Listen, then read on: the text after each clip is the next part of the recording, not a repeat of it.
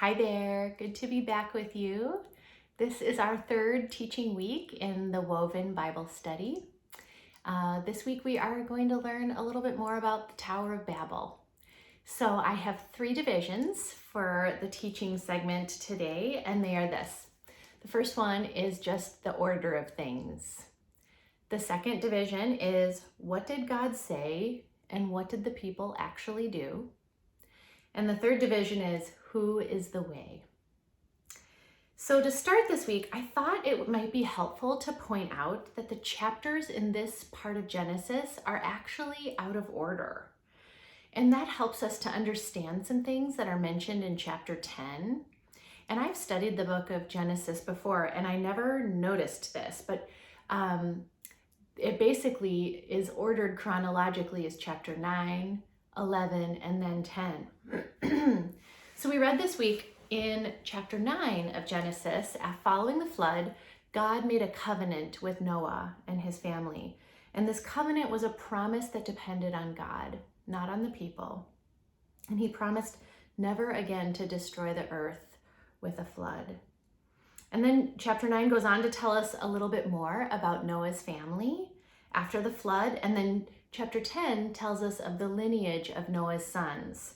And as you read through those names, you can see where different people groups that we'll hear more about later in the Bible, where they originated. Also in chapter 9, there was a little tidbit of a story about Ham, who is one of Noah's sons. And Ham had sinned and tried to dishonor his father Noah. We learned that then Ham became the father of someone named Nimrod, which I hope you can kind of chuckle with me about. It's hilarious. Like, what if people kept naming their kids Nimrod? Lest you start warming up to that name and thinking, hey, it's maybe it could be kind of fun and different. No. Here's why. In chapter 10, we're told that Nimrod grew into a mighty warrior, and he settled first in Babylon, which, if you know much about the Bible, Babylon becomes a big problem down the road. Then Shinar, and that's where our lesson today about the Tower of Babel takes place. After Shinar, he decided to move on to Nineveh. And if you were a part of our Jonah study last semester, you might remember how disturbingly wicked Nineveh was. And it's just kind of an interesting thing to see that generational slipping in the line of Noah's son Ham, because Nimrod's people populated those cities, which were to eventually cause such problems for God's people down the line.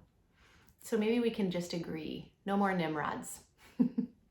The other interesting thing that I noticed when I read through chapter 10, that I didn't notice the last time I've studied Genesis, was that it said that the clans each had their own language. But then we get to chapter 11, our verses for this week, and right off the bat, we're told that the whole world had just one language, a common speech. Do you think that the author could have just forgotten that he had mentioned 3 separate times that these clans all had their own languages? Surely not. One pastor I heard on this topic thought that it was written in this order for us to learn that what looked like obedience in chapter 10, when the different clans were all kind of spreading out and going their separate ways, and it looked like obedience, was in fact only happening because God had to intervene and spoil their plans to disobey blatantly, really, and hunker down and create a city in the plain of Shinar. You've also may have caught in the faith work this week that we are given a little hint about where this story is going when the text tells us that the men were moving eastward, that they found this plain in Shinar. And I had never known this before the study of Jonah, but to go eastward in the Bible represents a movement away from God. And this story is no different. We can know that the plan we're about to read about these people, this plan was going to move them farther and farther from God. So that was our point of clarification. Our second division is, what did God say? And what did the people actually do? I'm going to read what God said in Genesis 9:1, and then I'm going to read a few of our verses from today in chapter 11. Then God blessed Noah and his sons, saying to them, "Be fruitful and increase in number and fill the earth." What did the people do? They said to each other, "Come, let's make bricks and bake them thoroughly." They used brick instead of stone and tar for mortar. Then they said, "Come, let us build ourselves a city with a tower that reaches to the heavens, so that we may make a name for ourselves and not be scattered over the face of the whole earth." But the Lord came down to see the city and the tower that the men were building. The Lord said, "If as one people speaking the same language they have begun to do this, then nothing they plan to do will be impossible for them. Come, let us go down and confuse their language so they will not understand each other." So the Lord scattered them from there all over the earth, and they stopped building the city. That is why it was called Babel, because there the Lord confused the language of the whole world. And from there, the Lord scattered them over the face of the whole earth. So God had given directions to the people about what was good and best for them to do going forward, to spread out and to fill the earth. What did the people actually do? As Nikki said last week, because sin was here to stay, even after the reset of the flood, people would always have a desire to do it their own way. The people saw the plain, and they decided to completely disregard what God said was good and best for them. And they set up camp. And really, they didn't just set up a camp. They were setting up a city that they were hoping would turn into a civilization. All with this desire to make a name for themselves and to avoid being scattered over the whole face of the whole earth. And without getting into the history of ziggurats, too much, but the building of a tower like this was an attempt by these people not only to make a name for themselves and to provide their own security, but this was an effort to provide their own access to heaven, their own religious order. So this was not a God-centered effort at all. This was a bold declaration of independence from God. As Pastor Tony Evans puts it, sometimes he just puts things so well. He says, "This scene shows humanity telling God, 'Keep providing for me, but don't tell me what to do. Keep blessing me, but don't instruct me.'" They wanted the gifts of God with no relationship or connection with God.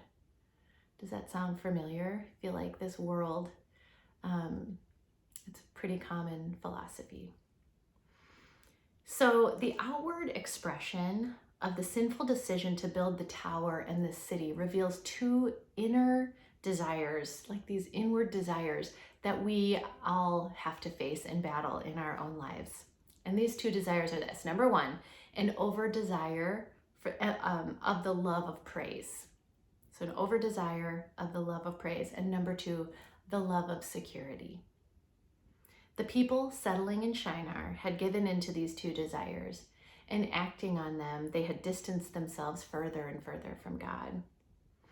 Now, we can all agree, surely, that we each need a certain amount of praise and affirmation, really even to survive, but also to just have a healthy self-image of ourselves. But when it becomes the driving force behind all that we do, this like uber need for recognition, something we can't live without, it has then taken the place of God in our lives. And the Bible calls that an idol. Something we feel we need or desire above God. Never mind the fact that we were specifically created and designed to only ever be ultimately fulfilled by the kind of love that God can give us. We will never be more fully loved than we are by God Himself. So to be looking for that acceptance and affirmation in any other place is foolishness, because all other loves fall hopelessly short of what we really long for. You know, the kind of love and acceptance that God offers us is so different. It's so unconditional, and He knows every hard, bad, worst things that there are to know about us, and yet He extends this kind of lavish love. So the second pesky desire that we all have to kind of try to keep in check is our love for security, right? We all want to feel comfortable. We all want to feel secure. And rather than trust God's provision and promise to never allow a flood again to wipe out the earth, and instead of moving on in trust of God's loving boundaries, the people decided they needed to provide for themselves, that they needed to take this business of security into their own hands. So they put their heads together and they developed a plan to start their own civilization, one where God was not a part of the equation at all. No one's thoughts were on how they could honor God, only on making a name for themselves. Now, it's been said that we're all going to worship something in this life, whether it's God himself or something else, any number of other things that we feel like we just cannot live without.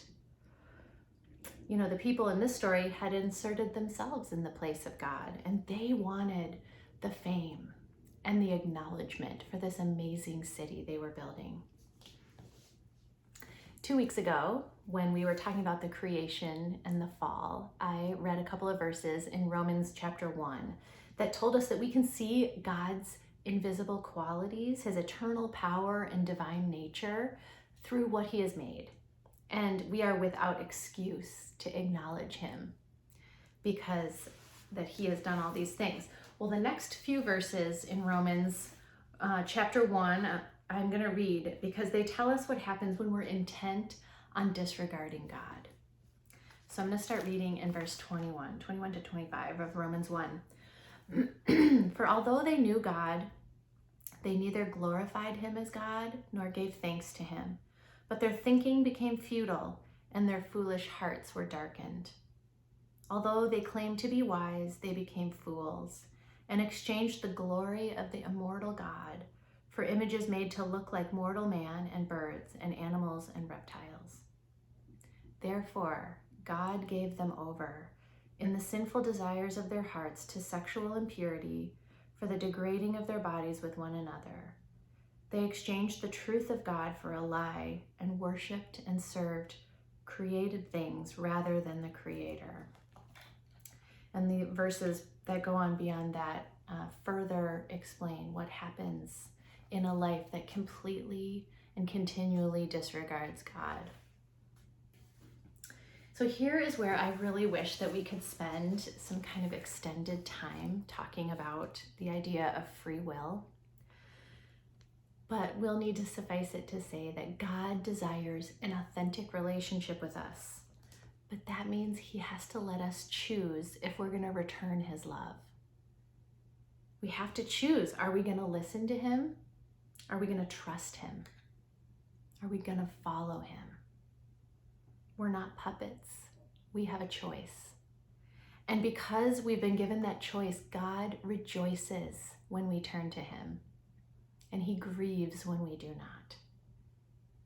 But he never forces himself on us. However, when we continually choose to harden our hearts, harden ourselves against God and what he says is good and his good purposes for us, we can get to the point that he can give us over to what we're choosing. And that is what is described in these verses in Romans. So back to our story. Almost comically, we see that God has to come down to the city and to see this tower that the people were building. You know, the people had forgotten how big God is and that we cannot make our own way to him. It's not possible. We see another reference to the Trinity here in verse 7 of Genesis 11. It says God, where it says, God says, come, let us go down and confuse their language so they will not be able to understand each other. One pastor that I listened to pointed out that humans, we talked a couple weeks ago about how we have the honor of carrying the breath of God. Humans are the only ones in creation who can express themselves with language. It was a gift of God to promote intimacy and to allow deeper connection with one another. But the people of this new civilization who were linked by a common language were beginning to misuse this good gift of communication. And this had the potential to lead God's people farther and farther away from him. And he noticed that there was no end to the destruction and the evil that could come from this kind of unity of godlessness. And so again, God saw fit to provide restraint. He couldn't allow it to get to the point that his children had reached before the flood. Only evil all the time. You know, God had made a promise, and we learned last week how seriously God takes the promises that he makes. So starting over wasn't an option.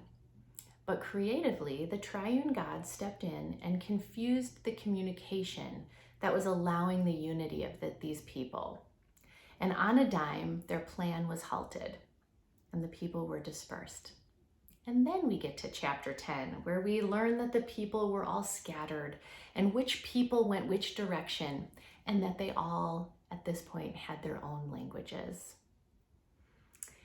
You might be interested to learn, like I was, that in the 1970s, archaeologists literally uncovered thousands of cuneiform tablets. Those are like stone tablets that had like ancient writing on them. There were a couple of tablets that even provided translation from like some of these earliest languages that had formed after this common language, after those people were dispersed. So archaeologists were amazed when they used these tablets to translate this most ancient language. The archaeologists read them and were amazed to find names like Shem and Ham and Japheth and Babel and Babylon and more Old Testament names that you'd recognize. And in our faith work, we saw that there was a tablet that was found in a neighboring area close to Shinar, which contained a story about the building of the tower that we are studying this week. And the neighbors noticed that they must have really highly offended the gods of the area, because in one night, suddenly, all their progress was halted and the people were scattered abroad. And it even mentioned that their speech was strange. I mean, is that amazing historical evidence for this event?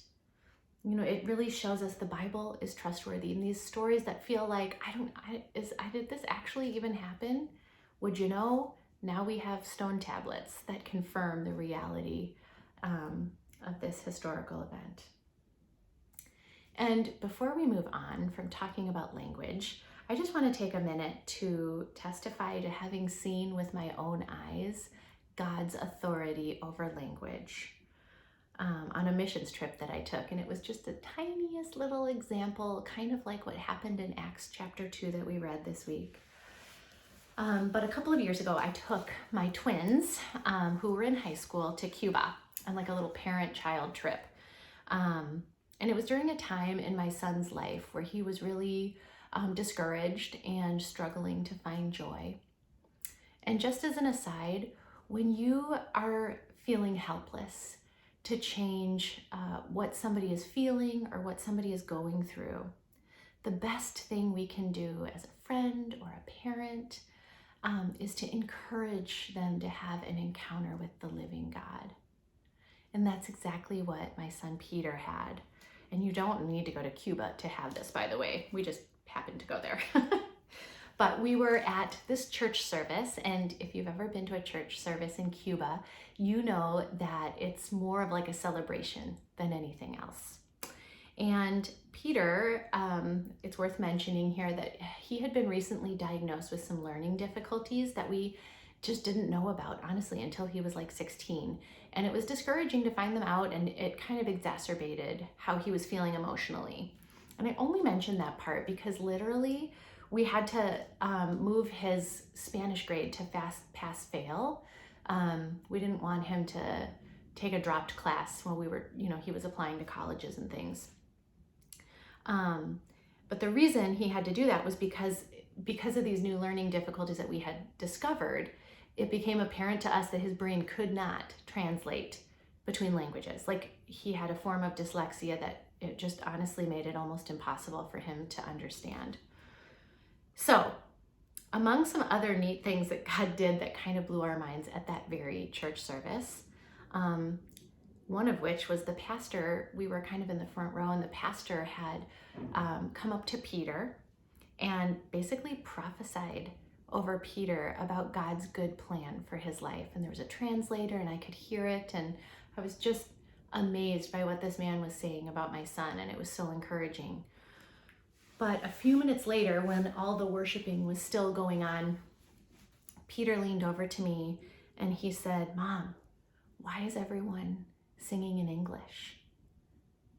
And the truth was, no one was singing in English. Everyone was singing in Spanish, but God had touched him and allowed him to experience the worship in the language that he understood. And it was this small little event. Peter didn't even really need to share it with any of us. But it was meant for Peter to know how deeply God cares about him, how he has the authority to show his love and care in so many different types of ways. And of course, we all, after hearing this, were so encouraged, because it just reminds us again that God is the same as he was yesterday, today, tomorrow. We can count on him. And that the stories in the Bible are real. Like when Acts chapter 2 and everybody were understanding things in their own language, that can still happen today.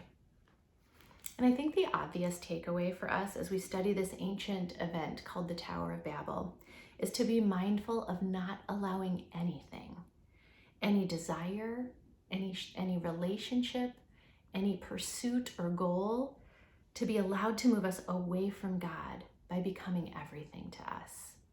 We must not allow it. May we each aim to keep God at the center of our lives, at the center of all of our decisions, and may we never be tempted to take God out of the equation, because God allows us to make our own decisions. And so I just literally was praying that we would each know more and more as we go through life and as we go through this study this semester, that every boundary, we're going to talk more about God's loving boundaries. Every boundary he puts in place was put there out of complete love and out of full knowledge of where the path leads when we set out on our own. And while I'm at it, literally, I was praying this morning over all of you ladies in our Bible study, that we would each have eyes to see and ears to hear how God is showing up in our lives, trying to encourage each one of us personally with how much he loves us, how much he's for us, how he'll never leave us. So I just pray that you would become more and more aware of the ways that he's showing up for you. All right, our third division is who is the way. Next week in our study, we are going to talk about Abraham and a story about how God asked Abraham to keep him the center of his life. And a couple generations after Abraham, we meet Jacob. And now we are not going to talk about Jacob in this study, but I just wanted to mention a dream that Jacob had, which ties into our story today about the people trying to make their own way to heaven, and which points us directly to a clarifying statement that Jesus made early on in his earthly ministry. In Genesis 28, we're told that Jacob was, during this very tumultuous time in his life, he was like on the run, and he had a dream one night where he saw a stairway resting on the earth, reaching up to heaven. And the angels of God were ascending and descending on this stairway. And then we saw in our faith work this week that Jesus claimed to actually be that stairway. He said, "I tell you the truth, you will all see heaven open and the angels of God going up and down on the Son of Man, the one who is the stairway between heaven and earth." And more famously, Jesus said, "I am the way, the truth, and the life. No one comes to the Father except through me."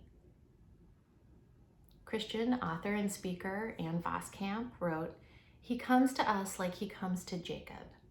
He comes to us not in spite of our failings, but precisely because of them. Ours is the God who is drawn to those who feel down, Ours is the God who is attracted to those who feel abandoned. Ours is the God who is bound to those who feel broken. Jesus doesn't merely come down to show us the way to go up. Jesus comes down to make himself into the way to carry us up. And one of my absolute favorite things about our faith, the favorite truths, is that we don't have to strive to be good enough, to be lovable or accepted. Jesus' last words before he died for you and for me were, "It is finished." The way has been provided. Our striving can stop and we can rest in what's offered to us. Or we can insist on continuing to go our own way, endlessly searching for another source of hope, significance, acceptance. God alone knows what we need. And he knows there's no other source of the beautiful assurance that each one of us most deeply long for than by living a life in communion with him. It's the only way. So as we ponder these truths today, I want to ask a couple of questions for us to reflect on. The first one is this: do you know, or are you beginning to learn about how deeply God cares about you and loves you? Do you know it?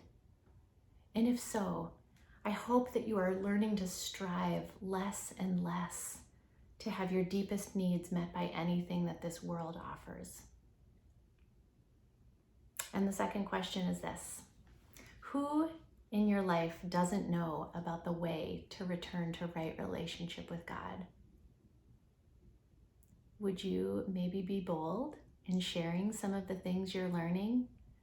That his heart is to heal what's hurting, to restore what's been broken, to bring people back to himself, never to condemn or drive people away. His arms are open. He's waiting for you to turn to him. And you never know when somebody might cross your path who needs to know these things. Because it turns out that we all need the exact same remedy to our various problems, whether we realize it or not. And that remedy is to choose to acknowledge God, no matter what your life circumstances. And going beyond acknowledging God, taking that next step to choose to glorify him and to give him thanks with your life. Let me pray, okay? Lord, we do thank you so much for your word and how we can learn so much from even just this one story that seems a little confusing at first glance, God. But may we become women who more and more want to glorify you rather than make a name for ourselves. Lord, help us to know you as you truly are. God, you are a good Father, and you're waiting for us to turn to you, and you rejoice when we do.